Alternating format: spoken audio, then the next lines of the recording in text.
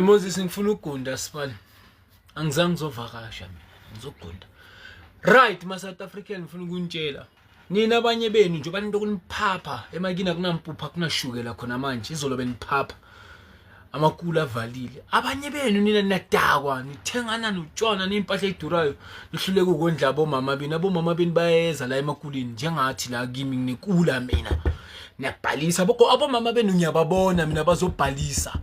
Abomama beni bazobhalisa la ekuleni suniyeni. Ngeke ningitshele mina lento eningitshela yona. Ngeke ningitshele mina masowethe nina khona abanye mina abangizonda abangangifuni mara bayabhalisa la ekuleni. La ekuleni la kuThedi bayabhalisa.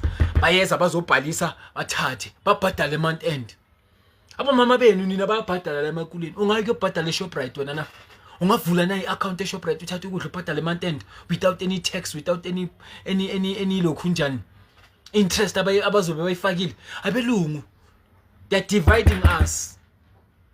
Khona manje sekumele mawuphuma uma veggie bekayenza into simple. Uma veggie bekafika egedini lakho athi mfe uphuma uthenga amavi. Sekumele manje ebhara for itamati. Nyanya nina. And ngicela ukuyibona itroli iphushwa eSouth African la ikasi. Ngifuna ubona itroli iphushwa yoyi-1 wenu ngoba mina ngeke ngiyiphushe mina. Nemoko le serious kabi ukuthi ngaphushana netroli. Nayo ngingayiphusha imokolo zami zingazehlisa. Mara ngisho ukuthi ngingcono. But sengisho ukuthi ma South African ni lazy. Anikwazi ukucabanga. Benilwe izolo. Aninampuphu abanye balale bangadlanga izolo. Abanye bashiya abafazi ngoba uhambe wayomacha. Awuthenganga ukudla endlini. Msunu wendoda entsha. Uyinja yendoda ephuma hambe ecosha abanye abantu abamnyama abafana nawe. Ngila ku Moses akayindawo Moses. Naye la akunamuntu ofambayo la. Nyanya. Uphakela umthakathi uyanya unamadoda ayi 1 million amfakela imali every day ku account yakhe bamfakela imali yomuntu lo ubake ufaka i-account number yakhe on TikTok ukuthi nimfakele imali. Asithi nako abantu abayi 1 million bayifaka leyo mali. Lesithi bafaka ama 20 rand abantu abayi 1 million lo muntu akana 20 million rands. Abantu abayi 1 million mabafaka 1 rand that's 1 million rand. Ukwazi lokho. Lo muntu wenza imali eningi kabi ngani nina. La muntu ni jujwa ikhansela former councillor ye-IFP azonilahlekisa edakwe imali yamalokhu njani. Une budget e14 million lo muntu asoyahamba ngemoto ye1.3 million. That's why angasweli ipetrol. Uzula usasankizwe lonke lelo lenza ngathi unenzela nini wenzela nini favor. Such a joke. Joke of a man. Nina masowethe ninyanyisa kabi. Nathanda nje uku-add entoni e-80s. Abanye benu ngomona nishisa imoto zabantu bokufika abantu bangaphandle. Ninomona. Nizishisile. Msunu ezinja. Nginisabi mina. Zonitshela. Nanoma nihlangana nami noma wena ndoda wakuthi TikTok osithukana. Manje nesibindi ningibulale. Manje nasi isibindi ningibulala. Kodwa nje nizinja zezilambane. Iqiniso nje libe lapho. Benifuna ukulutha eMalbori izolo niphula ama bottle store. Wabelungu akuselum lemlungu ka ngithi nithi abelungu nina nibaxoshi mara benifuna ukuphula ibottle store lomlungu. Ukhona umuntu omnyama Maxwell Williams. Angikhumbuli mina khona ngesimabu negazi lamaJuda naye. Williams amaJuda. Nibheda kabi. Abanye benu nilambile namhlanje. Awuna rice, awuna shukela, awuna mpuphu, uphuza necoffee lomsangani Frisco. Awukwazi nokuthenga iJacobs, sebenze, thenga icoffee elidurayo. Wazi. Sosibhedela ngabantu abayithu ababhadala omunye uvela kuGagaso Rodward FM engaziwa omunye bekayikhansela somewhere eNatal iFP enkandlo wherever lapho makhona. Lento leni is an orchestrated coup. And the coup is economical rather than any other aspect. It's economical coup. Apapa nenifakazi izinto ezibhedayo. Bofakazi izinto ezinifuna khona manje Eskom ufuna sibhadale. Khona manje bafuna ukusifakela amamitha wamanzi bengicela simobilize silwise nawo Masimba and soshisa ama office wonke kagovernment wonke ama office ayikolo hayi ama clinic nebhe ama office labasebenzela khona abasebenzela endlini lezinje simobilize kuloko. Mina that's what I'm saying. Mina into engifaka leyo ulambile uyahlupheka ugovernment sanduka yeke nomunye umuntu omnyama ohlupheka njengawe mangabe ufuna ukumkhipha silwisa ugovernment will fix the infrastructure ourselves. We can fix the infrastructure ourselves. Sinixwayisa ngakho ngoba lokhu sinincengele sithi asixabene nani vele asixabene nani kodwa inkinga esixabene nezenzo zabanye benu abenze kabi eSouth Africa nani niyibonayo nini ningazange nenze okubi uma nisahleli ningafuna ukuhamba okanye nikhohliswa yinkulumo zabaholi abathile eSouth Africa bephendukelene nabahlali base-South Africa nicabanga ukuthi lezo inkulumo zabo zizovikela nina kubantu base-South Africa abathi abasanifuni enihleli nabo futhi enibabulelela ngisho izingane zabo sebengcwabile namanje enibathukayo nisaqhubeka niya phambili lokho kuzonifaka kwenkulu inkinga ngoba kwaze kwafika lezi iziteti lezi zikaJune laba abantu ebenibazi base-South Africa enibabonayo besakhuluma kahle benincenga kuze kufike leso sikhathi iziteti kuya le phambili ke esingazi kuyoye kufike phi nizobona abanye abantu okungaseyibo laba abakade benincenga ngoba uhlelo luzoshintsha lonke lokuphilisana njengoba siphilisana nani nje manje lokhu kuyisexwayiso esikhulu ngoba anikwazi nina nikuthatha ngokudlala ngoba siyabona abanye angazi noma iSomala ole Ethiopia lapha eJohannesburg omunye otushiselwe isitolo sakhe manje lesi sitolo sakhe uzosakha akasezukuhamba kusezohlala ke impela yena ngenkane eSouth Africa ula akayezukutshelwa asazi ngoba yonke into bakithi inesikhathi sayo isikhathi sawo sokuthi singancengani siyeza ngoba lapha iziteti kusuka ngeziteti kuzobe sekushintsha uhlelo yonke into izobe ingasafani nalokhu nje kukhulunywa ngomlomo manje ke wena osahleli usacabanga ukuthi kukhona okuzokwenzeka ungumhambi ungwaphandle kwase-South Africa asazi kuyinkinga kakhulu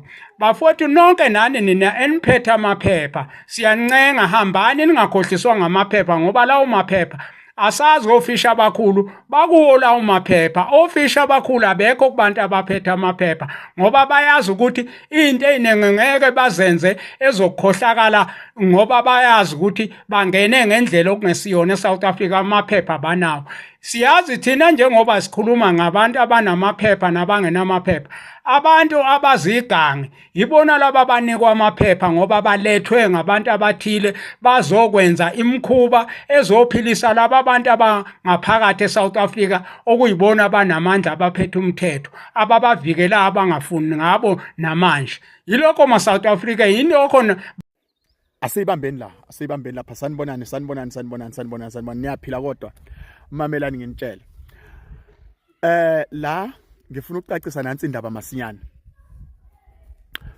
mfundisi uma bengibuza kuza kanjani usupporte ungasupporta abantu bakini mfundisi kuza kanjani ulwe against abantu bakini ngifuna ukuphendula wonke umuntu onolwa umbuzo lowo la manje ningibheke nonke ningibuke nje kahle namhlanje ngifuna uneze impendulo ephelele ngami kodwa ngiyazi ukuthi abanye nje bathi mabevula babuka lobuso bavele nje inkosi hamba bayisolo ukuthi ifoni idlule kanjani ngoba phela noma ungaze ungizonde uzothi uma uscroll nje efonini yakho ngizovela vele sekuyisikhathi sothi ngivele nako ke ngifuna untshela nansi into mfundisi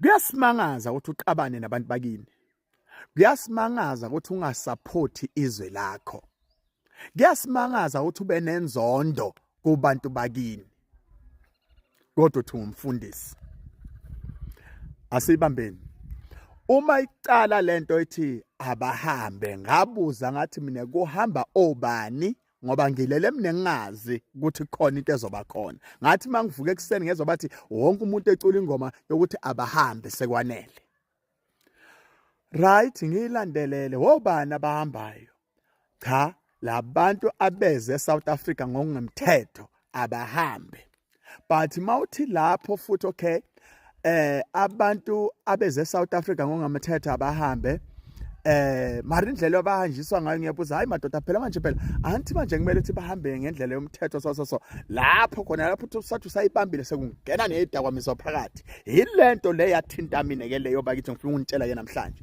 lesikhathi manje wonke umuntu evika ngokuthi basibulalela izingane zethu ngezidakwamizo ngafika lapho ke ngema athi cha bafuthi asekeleni ukuba amaqoki imali yama drugs idliwa yithina la eSouth Africa imali eyidakwamizwa idliwa yiphathimandla zala eSouth Africa nani niyakwazi ngaze ngasho ngathi mina omunye wabo oyisikhulu noma mhlawumbe umnikazi yalelo business lama drugs noma onama shares ema drugsini noma onesigodlo sama drugs ukhona lapha kuleya group naye emasheni mashi naye uthi abahambe mara abe ethipha lo wasetafuleni lakhe uthi namhlanje ungandlali namhlanje ungathengisi ngoba sizovela ngalendlela le yimina lapho la sengicala ukuhluka khona eSouth Africa yilapho sebaqala khona abantu sebangivulela amehlo bafuna ukuchecka ukuthi hayibo kanti lo mfundisi uzothini manje ngathi uma ngabe nithi nibaqoshela ama drugs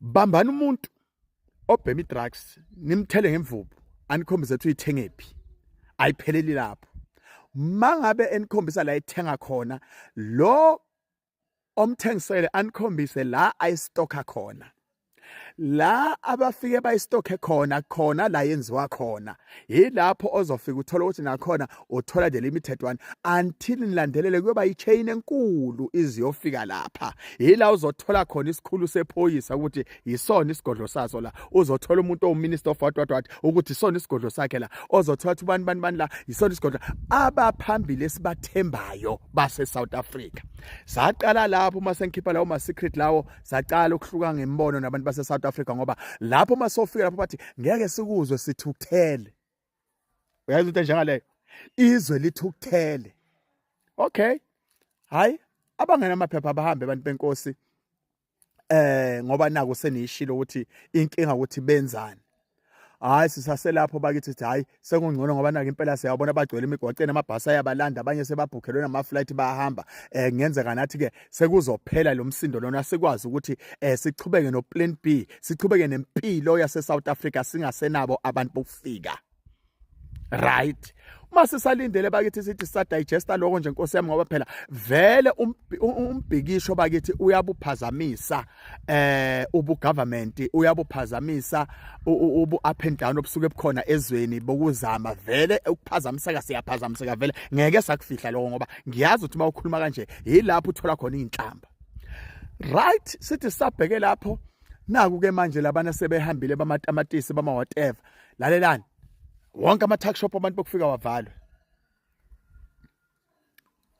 awu sekwenze njani futhi nakhona nithola ama drugs ini hayi basibola le ingane amazimbe ezikolweni kuphi izinto nje kuyathathwa nje kwenziwa ama curtain joint right okay kwaphuma ithimba lapha lamba lichecka izitolo ukuthi ukudla okuexpire noma ukudla okungekho emthethweni kuyalokhuzana asazi lelo thimba lelo ukuthi belizodla imali ka government laphele laphi hayi sesinakile yasezitolo lapho manje kuloko busy kusho ukuthi hayi it's a peaceful march izinto enjengalezo bayavaliswa kuyatapwa bayavaliswa kuyatapwa manje ukhumbula ukuthi lesikhathi kuthiwa abahambe besimile ngoba emigwaqeni especially ama workers abantu abaphila ngama promo yasemgwaqeni whatever akwenzeki lutho mangabe ukwenza strategy ngoba lama up and down kubantu awasenzeka abasaflow abantu ngoba kusuke kunalento yokuhlonipha imash ezoba khona ngifuna nizothi uPastorino